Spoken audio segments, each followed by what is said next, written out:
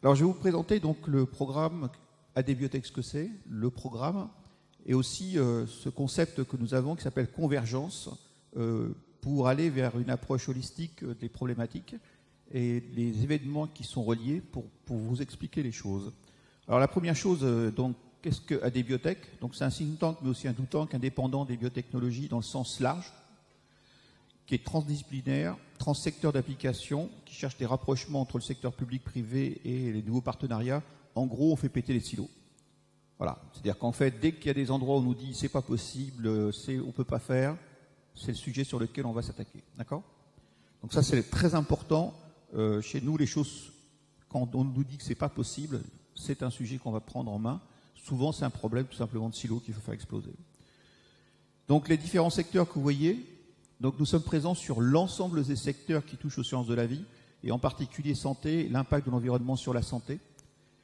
Et depuis maintenant quelques années, avec l'équipe, nous avons des partenariats stratégiques qui ont été signés donc avec l'INRA, avec AgroParisTech, avec des pôles de compétitivité, donc NSL, Cosmétique Vallée et Industrie Agro-Ressources, Medicine bien entendu, et Vitagora, où nous intervenions sur la transformation digitale.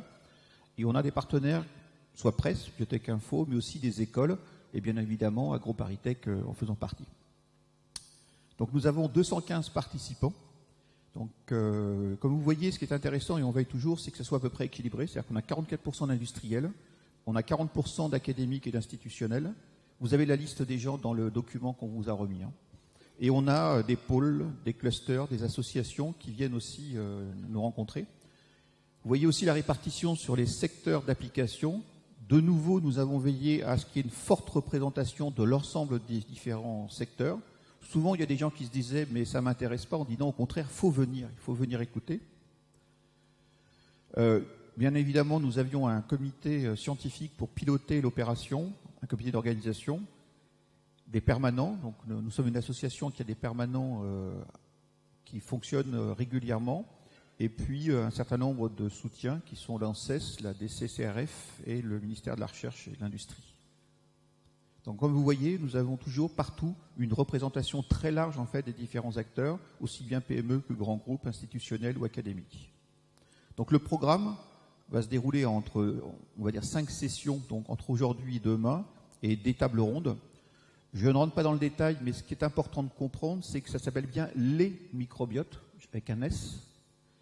Et le point important, c'est que nous avons regardé leur interaction avec l'hôte, l'interaction entre les différents microbiotes et toutes les implications qu'il peut y avoir au niveau réglementaire, au niveau sécurité, au niveau application.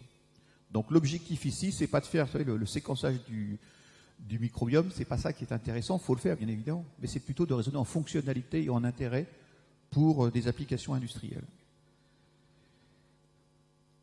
Dans nos différents événements, je parlais, vous savez, du programme que nous avons qui s'appelle Convergence et aussi One Health. L'idée, c'est de pouvoir tout rapprocher et montrer en fait que tous ces événements, vous avez le microbiote qui agit, vous avez les perturbateurs endocriniens, vous avez tous ces éléments qui vont agir sur en fait l'épigénétique, qui a été l'un de nos événements en fait précédents sur les applications. Et à titre d'information, donc nous sommes en train d'internationaliser notre événement. Nous aurons en fait deux Indiens qui travaille sur un projet d'épigénétique avec la société Biomodeling System, dont je suis un des CEO. C'est le patron de l'Institut d'excellence d'épigénétique d'Inde. Et pour la petite histoire, ça a été le scientifique de l'année en 2014 en Inde. Et donc il a choisi de venir et prendre ces dates pour pouvoir assister à cet événement. Et donc c'est très important, c'est le centre de référence pour toute l'Inde, en fait, sur l'épigénétique. Et on voit bien qu'il va y avoir des interactions entre les deux. Donc n'hésitez pas, il sera présent et ça montre, si vous voulez, l'intérêt pour certaines personnes de venir écouter ce qui se passe au niveau pratique. Alors, on fait aussi d'autres événements, donc je vais juste vous en parler. Donc les contaminants industriels, biologiques et émergents, vous avez tous entendu parler des affaires de ce type-là. Et donc on va avoir le 20 et 21 novembre 2018, en fait un groupe de travail et un colloque qui va se faire pour comprendre comment anticiper. Et vous voyez toujours, c'est les contaminants industriels, qu'ils soient bien biologiques, émergents. Et toujours pareil, c'est comment guérir, mais aussi prévenir. Et là, c'est pareil, tous les secteurs seront présents. Nous avons aussi donc travaillé sur la transformation digitale avec l'idée du retour, vous savez, au métier. ce qui est fondamental. Et donc là, nous aurons un workshop le 5 décembre 2018 avec ceux qui sont intéressés pour essayer de comprendre comment organiser et faire en sorte que cette révolution digitale qui fait peur à tout le monde, et je comprends, devienne une transformation digitale des métiers où justement l'enjeu, ça va être d'identifier ces métiers complexes par rapport à compliqués, comment protéger ces gens, comment créer un environnement favorable pour qu'ils puissent travailler et de ne pas se retrouver comme certaines sociétés qui à la fin n'ont plus rien parce que leurs bons sont partis parce qu'ils en avaient marre, les jeunes qui sont arrivés ne sont pas restés.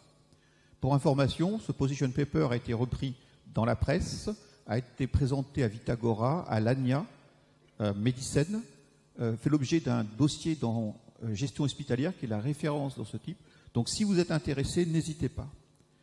Nous avons aussi un autre projet qui va se tenir donc le 14, 15 et 16 mai 2019 sur les intrants durables au service des sols agricoles urbains et périurbains. Donc là c'est pareil, c'est toute l'économie circulaire, comment arriver à retrouver, si vous voulez, des fonctionnalités qui soient plus complètes, en considérant que la Terre a besoin de vivre et pas d'être un support stérile. Donc là, de nouveau, un travail qui va se faire avec pas mal d'acteurs. Nous avons en préparation donc d'autres colloques, cette fois-ci internationaux, sur les biotensioactifs. Il y a un sujet qui nous tient à cœur, qui est lié justement à ce projet Convergence, c'est l'allergie, l'inflammation et les dysfonctionnements du système immunitaire.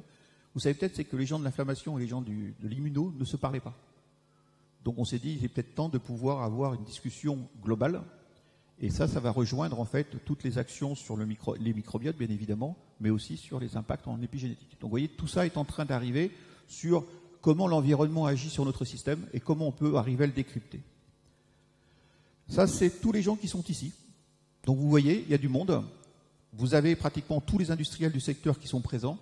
Vous avez tous les académiques et les représentants des pôles. Donc ce qui va être intéressant, c'est n'hésitez pas à rencontrer les gens, ils sont là pour ça, discuter, échanger. Si vous avez besoin, vous venez nous voir en disant « je voudrais rencontrer un tel », on est un certain nombre d'organisateurs, n'hésitez pas, vous êtes là pour rencontrer, discuter, échanger.